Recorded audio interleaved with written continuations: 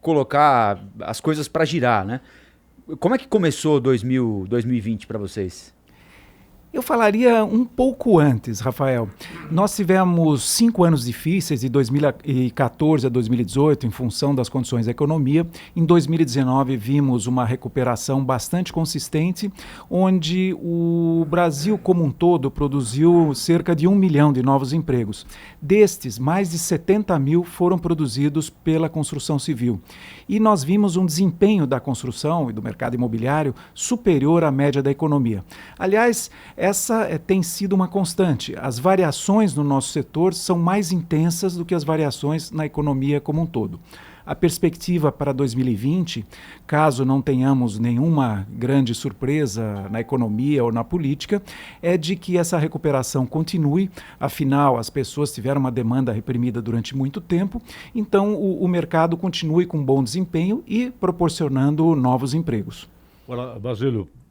O próprio Secov trouxe a informação de que em 2019, esse ano que o senhor citou, houve um recorde, né, na venda de lançamentos novos na cidade de São Paulo. Inclusive eu estou vendo aqui que o recorde anterior, que era de 2007, foram comercializadas 36.600 unidades. E no ano passado, 44.735 unidades. Então o recorde foi batido com folga. Então, 2 perguntas, por favor. Primeiro, é uma tendência. E segundo, é claro que o setor imobiliário, o sujeito não fala, vou construir um prédio e no dia seguinte há todo um planejamento, né, uma consulta do mercado, etc. As informações que o senhor tem, a tendência, é uma tendência ou foi um número fora da curva?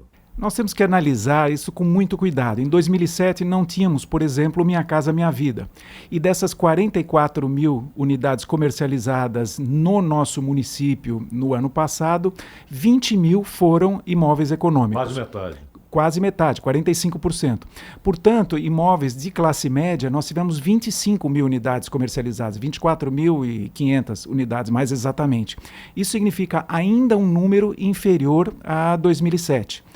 Por outro lado, isso se deve às condições do zoneamento, da legislação urbanística de São Paulo. Existem aqui hoje, infelizmente, restrições muito grandes que impedem São Paulo de se desenvolver como poderia e como deveria, para nós os compararmos às principais metrópoles do mundo.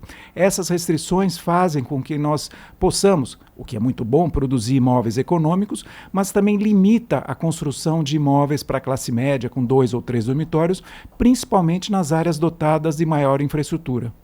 O Secov está sugerindo à prefeitura, aos órgãos públicos, que se faça uma calibragem dessa legislação para que a gente possa retomar um nível de desenvolvimento e urbanização que seja adequado à maior metrópole do hemisfério sul. A reivindicação é de que haja, por exemplo, uma tolerância maior com a altura dos prédios, ou horizontalmente, qual é a reivindicação básica? Eu não diria que o termo é tolerância, Cláudio. Eu diria que nós temos que aproveitar as regiões que têm infraestrutura e concentrar maior número de famílias podendo usufruir dessa infraestrutura. Fazer com que a mobilidade em São Paulo diminua.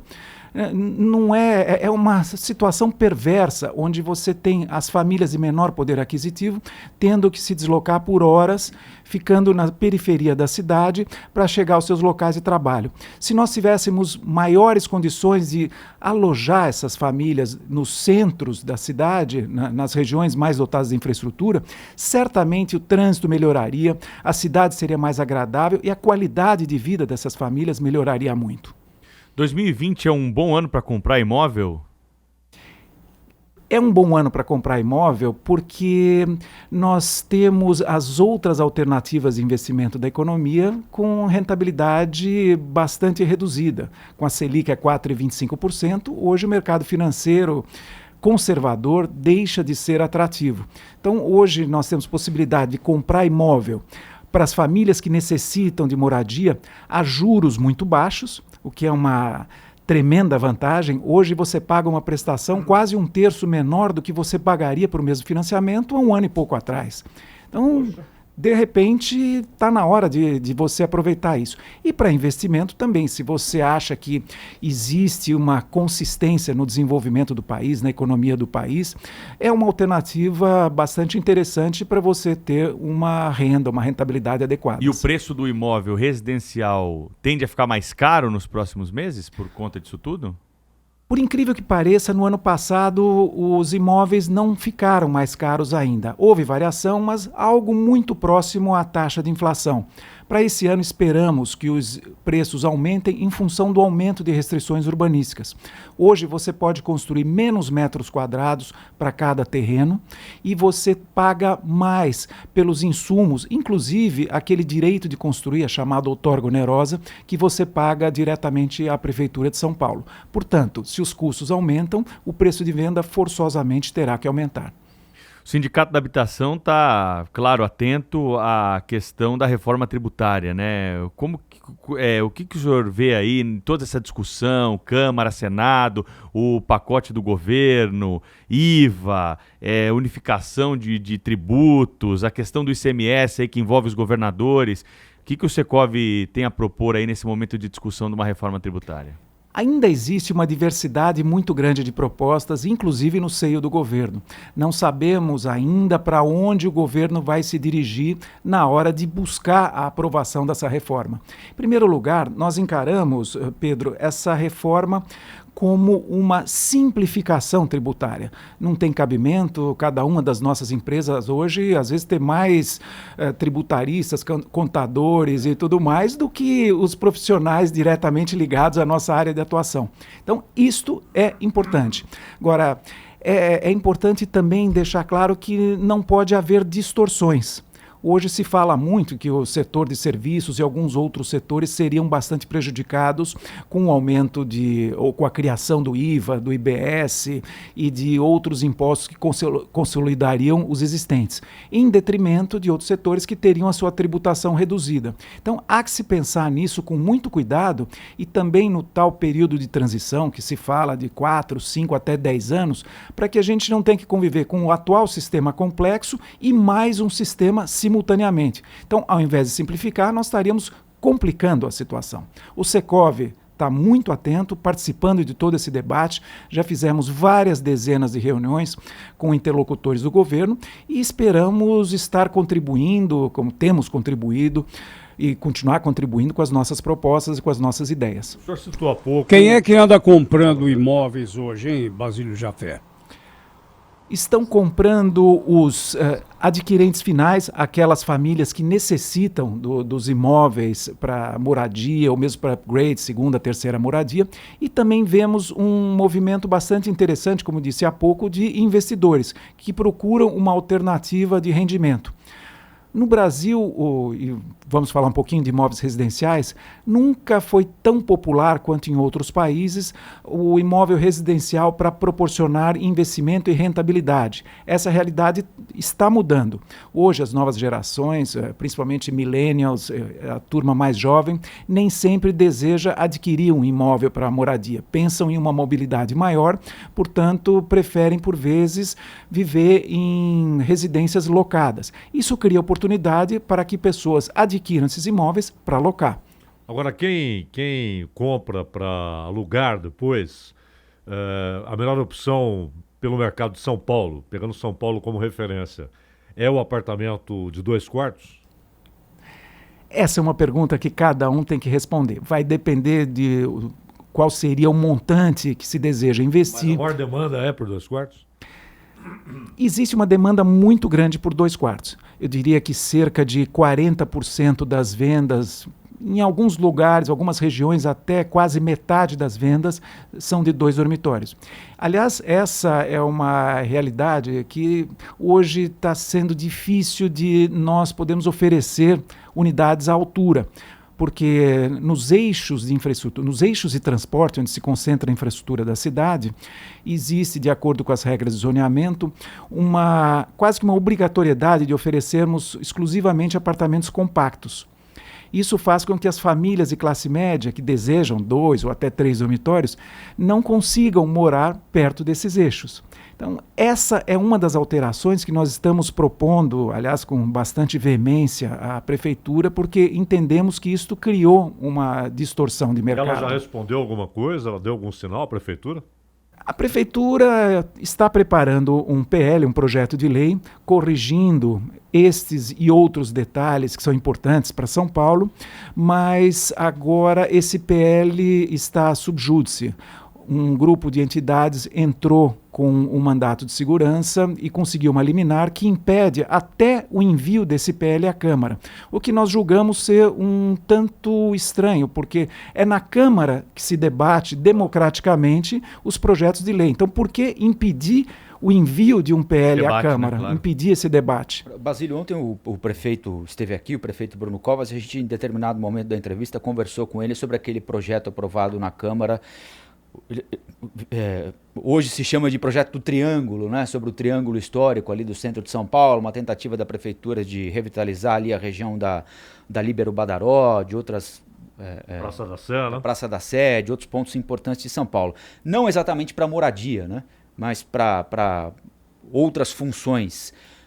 Por que todo prefeito lança um programa de revitalização do centro e nada acontece nunca? Pelo menos a gente não vê nada acontecer nunca de prático para levar aquilo que a gente imagina, né? Leigos, imaginamos o centro precisa, que é a gente circulando o tempo todo e não só entre 9 da manhã e 6 da tarde. E depois a coisa morre e vira aquele deserto em que a gente tem medo até de passar de carro blindado, né? Excelente ponto que você levantou, Rafael. Infelizmente, São Paulo não tem dado certo no que tange ao centro da cidade, ao contrário de diversas outras metrópoles do mundo, onde existiu e existe uma recuperação muito grande, inclusive até o Rio de Janeiro, que tem nos dado um belo exemplo. Quais seriam os motivos? O primeiro deles, que é a legislação para a recuperação de imóveis antigos em São Paulo, para retrofit, ainda é extremamente restritiva. E, parodiando aqueles que dizem o ótimo é inimigo do bom, nós simplesmente não conseguimos transformar prédios bastante velhos, deteriorados, em habitações adequadas.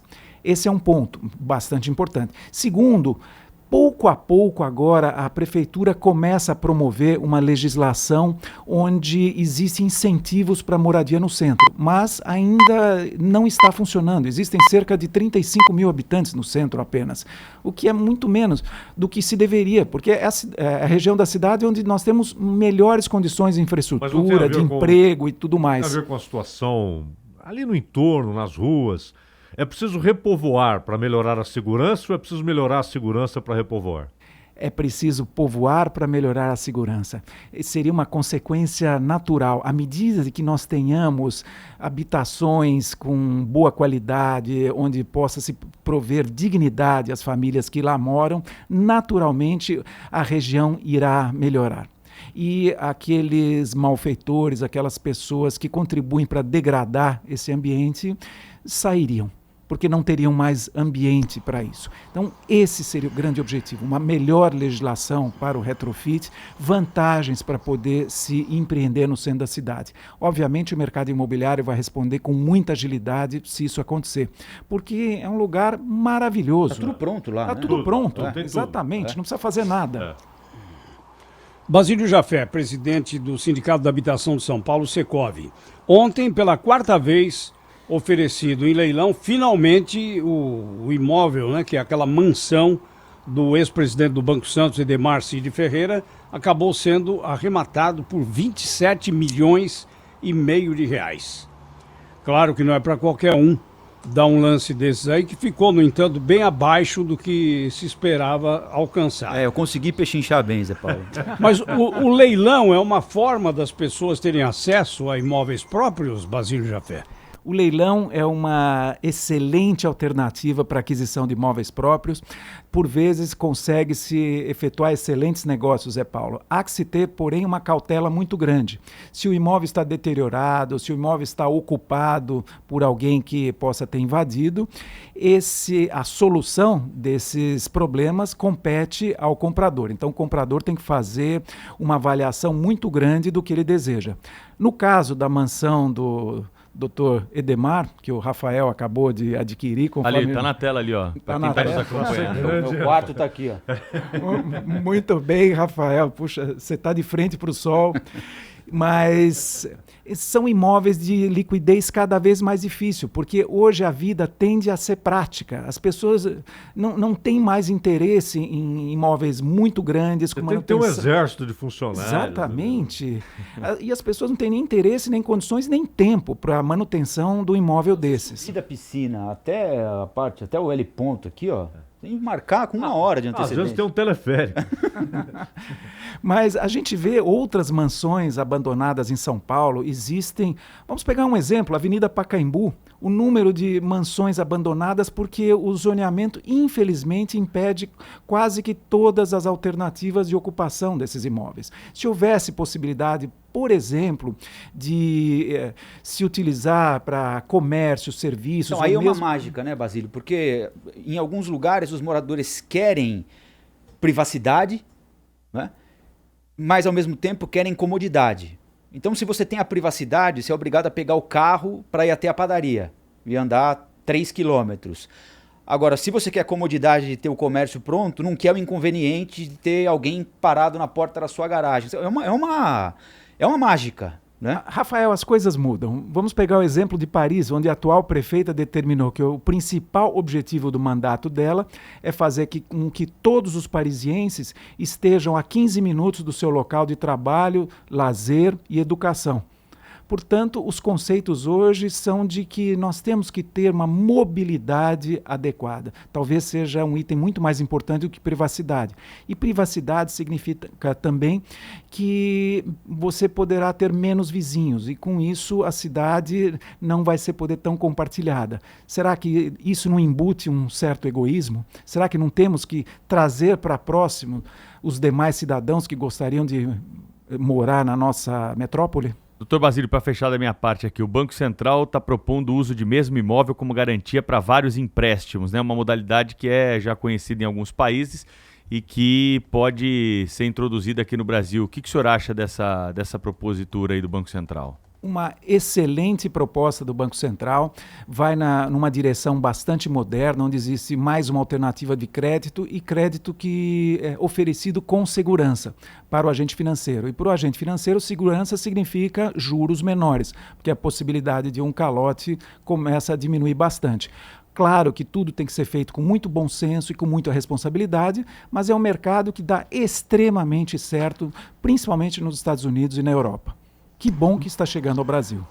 Basílio Jafé, muito obrigado por sua presença aqui no Jornal da Bandeirante Gente e nos reservamos para o futuro novos convites, porque o setor imobiliário é um termômetro da economia. Nós esperamos que vá cada vez melhor, porque é gerador de muitos empregos e é disso que o brasileiro está precisando. Bom dia. Bom dia, Zé Paulo. Muito obrigado pelo convite, muito obrigado a vocês todos pelo convite. E para defender um pouquinho o meu setor, eu lembro a famosa frase de Gaulle, há meio século atrás. Quando a construção vai bem, a economia vai bem. Esperemos que seja assim. Bom dia a todos.